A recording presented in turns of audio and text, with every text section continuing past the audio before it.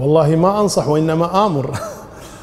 حقيقة ينبغي نحرص على هذه القضية. الآن الجو حار جدا يعني، والحمد لله على كل حال. ما أن كل إنسان يضع سطلا من الماء أو طشت أو شيء كذي عند بيته للطيور، الحيوانات هذه التي يعني لا تجد، أحيانا تبحث عن الظل، تبحث عن الماء لا تجده.